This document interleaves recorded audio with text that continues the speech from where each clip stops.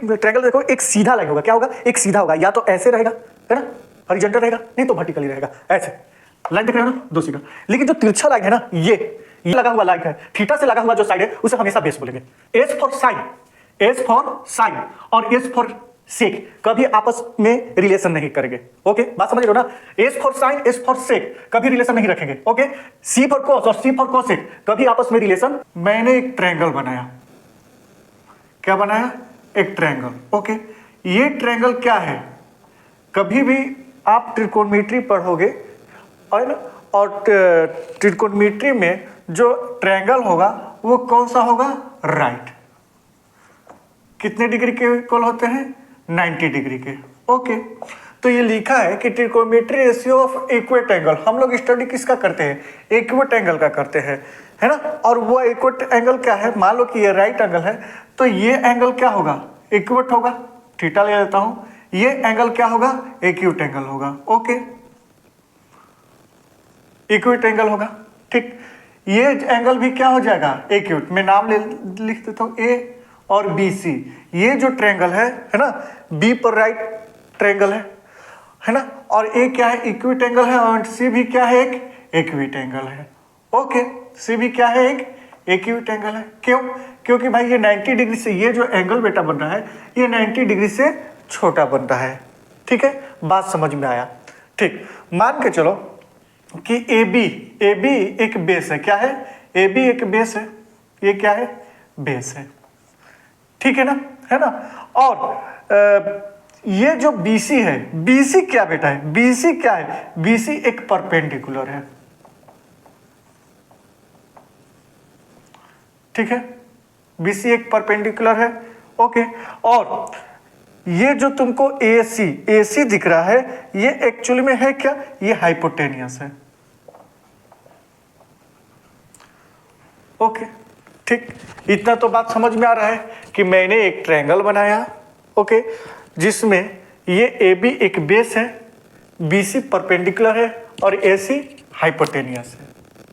ठीक है, तो ये जो थीटा है बेटा, मान लो कि थीटा अभी 45 डिग्री है। ओके, क्या है, ये 45 डिग्री है। ठीक है, मैं एक और ट्रायंगल बनाता हूं, और वो ट्रायंगल क्या होना चाहिए, राइट ट्रायंगल। ओके, है ना, और यहां पर जो थीटा है ये मान के चलो कि 30 डिग्री है, क्या है, 30 डिग्री। तो ये होता है 45 डिग्री और ये कितना डिग्री है, 30 डिग्री। ओके, तो जब एक राइट ट्रायंगल पे इक्विट एंगल जब चेंज हो रहा है, मान लो कि A और B C का एंगल चेंज हो रहा है 45 से 30 डिग्री, तो इसके साइड पर क्या इफेक्ट पड़ता है, साइड पर इफेक्ट पड़ता है। मैंने साइड देखा कि ये जो BC परपेंडिकुलर है ना, ये जो BC है ये क्या है, इसका साइज क्या हो गया, इस A वाले ट्रायंगल के अकॉर्डिंग स्मॉल हो गया, छोटा हो गया। जब साइज छोटा हो गया बेटा, तो इसके रेशियो पर फर्क पड़ता है, इसका रेशियो कुछ और होगा और इसका रेशियो क्या कुछ और होगा। बेस सेम है बट परपेंडिकुलर क्या है, इससे ट्रायंगल के अकॉर्डिंग छोटा है। ठीक है ना, अब इसके स्टडी के लिए हम लोग कौन सा चीज पढ़ते हैं, कौन सा, ट्रिकोणमिति रेशियो लाते हैं। ठीक है ना, अब ट्रिकोणमिति रेशियो में सबसे बड़ी चीज है कि होता है एक साइन थीटा, उसके बाद cos theta and tan theta. सोचोगे कि सर आपने 3 ही लिखे हैं, साइन कॉस टैन, लेकिन हम लोग तो स्कूल में या कहीं सुने हैं या पढ़े हैं कि जो ट्रिकोणमिति रेशियो होता है वो 6 होता है। आपने 3 ही लिख रहे हो, तो कहना चाह रहा हूं कि अभी सुनो बात ध्यान से, ठीक है।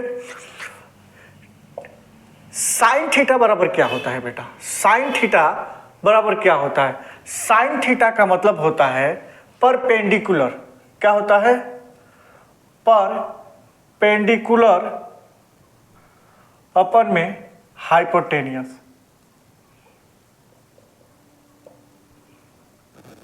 परपेंडिकुलर अपन में हाइपोटेनियस। कॉस थीटा बराबर क्या होता है बेटा, बेस अपन में हाइपोटेनियस। ओके, बेस अपन में हाइपोटेनियस, यानी कि इसको शॉर्ट में क्या लिखते हैं, शॉर्ट में क्या लिखते हैं बेटा, परपेंडिकुलर को P से डिनोट किया जाता है और हाइपोटेनियस को H से। देखो परपेंडिकुलर क्या है BC और हाइपोटेनियस क्या है AC। मैं ट्रिक भी बताऊंगा, ओके ठीक। ये बेस क्या है B और हाइपोटेनियस H, और ये बेस AB अपन में AC। दोनों में हाइपोटेनियस क्या है, सेम है। दोनों में हाइपोटेनियस बेटा क्या है, सेम है। ठीक, अब बात यह है कि सर बेस किसको बोलेंगे, परपेंडिकुलर किसको बोलेंगे, ठीक है ना। तो देखो मेरा बात ध्यान से सुना बेटा, बहुत मैं क्लियर बात बोल रहा हूं, है ना।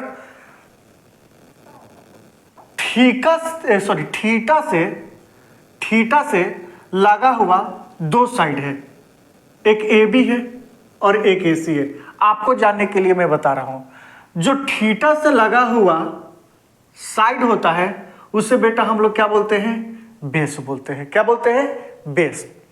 और एक साइड ये है, लेकिन दोनों में देखो कि एक कभी भी ट्रायंगल देखो एक सीधा लाइन होगा, क्या होगा, एक सीधा होगा, या तो ऐसे रहेगा, है ना, हॉरिजॉन्टल रहेगा, नहीं तो वर्टिकली रहेगा, ऐसे लाइन देख रहे हो ना, दो सीधा। लेकिन जो तिरछा लाइन है ना, ये जो लाइन होता है ये हाइपोटेनियस होता है। तो हाइपोटेनियस को बाहर निकाल लो, क्योंकि मैं जानता हूं या आप लोग जानते होंगे कि जो तिरछा लाइन होता है वो हाइपोटेनियस होता है। तिरछा लाइन बेटा क्या होता है, हाइपोटेनियस होता है। समझ रहे हो ना, ये लाइन हाइपोटेनियस है। मेरे पास दो ही अब लाइन बचा, एक हॉरिजॉन्टली एक वर्टिकली। अब उसमें से जो थीटा से लगा हुआ लाइन है, थीटा से लगा हुआ जो साइड है उसे हमेशा बेस बोलेंगे। क्या बोलेंगे, हमेशा बेस बोलेंगे, ठीक है ना। अब बात होगा कि एंगल ए में बेस क्या है, एंगल ए में बेस क्या है, तो बेस बोलोगे ए बी है, ओके। और परपेंडिकुलर कितना है, क्या है बेटा, तो बस ये अगर बेस है तो ये परपेंडिकुलर होगा BC, ठीक है। अब दूसरी बात इसको समझने के लिए बोलो, समझो, अगर थीटा से लगा हुआ एंगल जो होता है, साइड होता है, सॉरी, वो बेस होता है। थीटा, जहां थीटा है उसके ऐसे सामने वाला साइड परपेंडिकुलर होता है। ये जो थीटा है, ये थीटा से लगा हुआ साइड परपेंडिकुलर होता है, ओके। अब आते हैं C पे।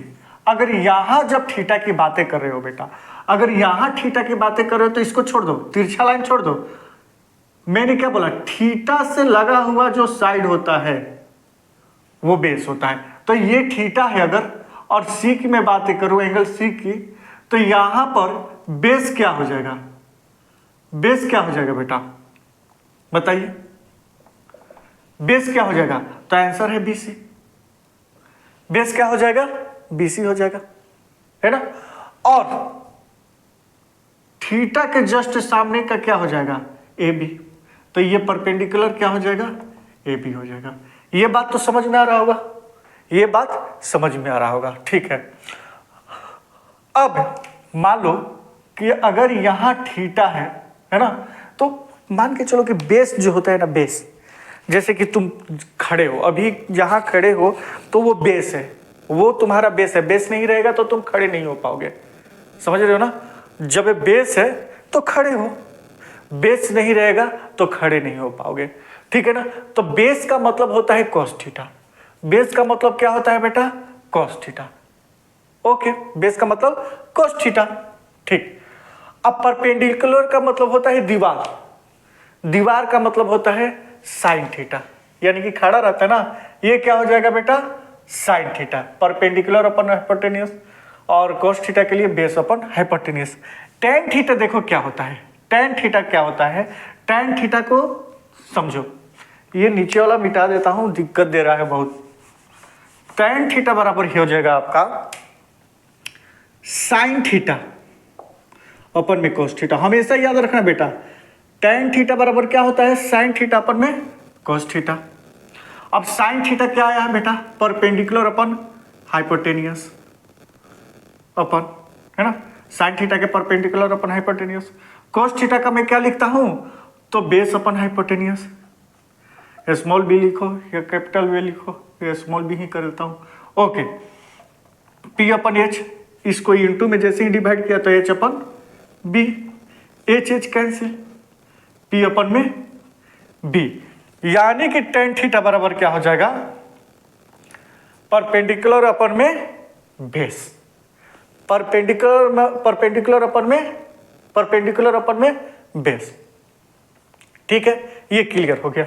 अब यहां बात सुनो, ये मैं मिटा देता हूं, अभी ये मिटा देता हूं।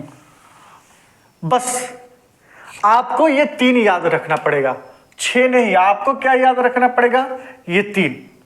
अगर ये आप 3 ट्रिकोनोमेट्री रेशियो याद कर लिए तो क्लास 10th हो, क्लास 11th हो, 12th हो, बस इतना पे ही मैं आपको पूरा ट्रिकोनोमेट्री बता दूंगा। ओके, अब क्या होगा सुनो, इसके बाद इस तीनों ट्रिकोनोमेट्री रेशियो का, ट्रिकोनोमेट्री फंक्शन का रेसिप्रोकल भी होता है।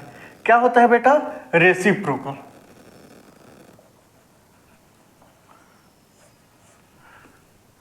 रेसिप्रोकल रिलेशन, ठीक है ना। क्या होता है बेटा रेसिप्रोकल रिलेशन, ध्यान से सुनो। साइन कॉस थीटा के अलावा 4 नंबर में होता है cosec theta, 5 sec theta and 6 cot theta. याद करने का तरीका, अब ये सर कोसेक थीटा किसका रेसिप्रोकल होता है, कोसेक थीटा होता है जो किसका रेसिप्रोकल होता है, तो आंसर है साइन थीटा का, यही तो रेसिप्रोकल है। और साइन थीटा बराबर मैं क्या जानता हूं, P अपन H, तो H अपन P, यानी कि साइन थीटा P अपन H है तो कोसेक थीटा क्या हो जाएगा, H अपन P। इसी तरह सेक थीटा किसका रेसिप्रोकल होता है, तो आंसर है कॉस थीटा, और कॉस थीटा का क्या हो जाएगा बेटा, अगर B अपन H है तो H अपन B। कॉट थीटा किसका रेसिप्रोकल होता है, तो टेन थीटा का, और टेन थीटा का P अपन B है तो ये क्या हो जाएगा, B अपन H। आगे होगी बात समझ में, है ना। 6 ट्रिकोनोमेट्री फंक्शन आपको दिखा दिया, sine cos tan and cosec sec cot, ये तीनों का ये रेसिप्रोकल होता है। ओके, लेकिन सर ठीक है, साइन कोस टेन तो याद हो जाएगा इजिली, बट ये कैसे याद करूंगा, भूल तो नहीं जाऊंगा। देखो बेटा, एस फॉर साइन और एस फॉर सेक कभी आपस में रिलेशन नहीं करेंगे। ओके, बात समझ रहे हो ना, S for sine, S for sec कभी रिलेशन नहीं रखेंगे। ओके, सी फॉर कॉस और सी फॉर कोसेक कभी आपस में रिलेशन नहीं बनाएंगे, ठीक है ना। तो अगर मैं बोलूं कि साइन थीटा का रेसिप्रोकल सेक थीटा होता है तो गलत हो जाएगा।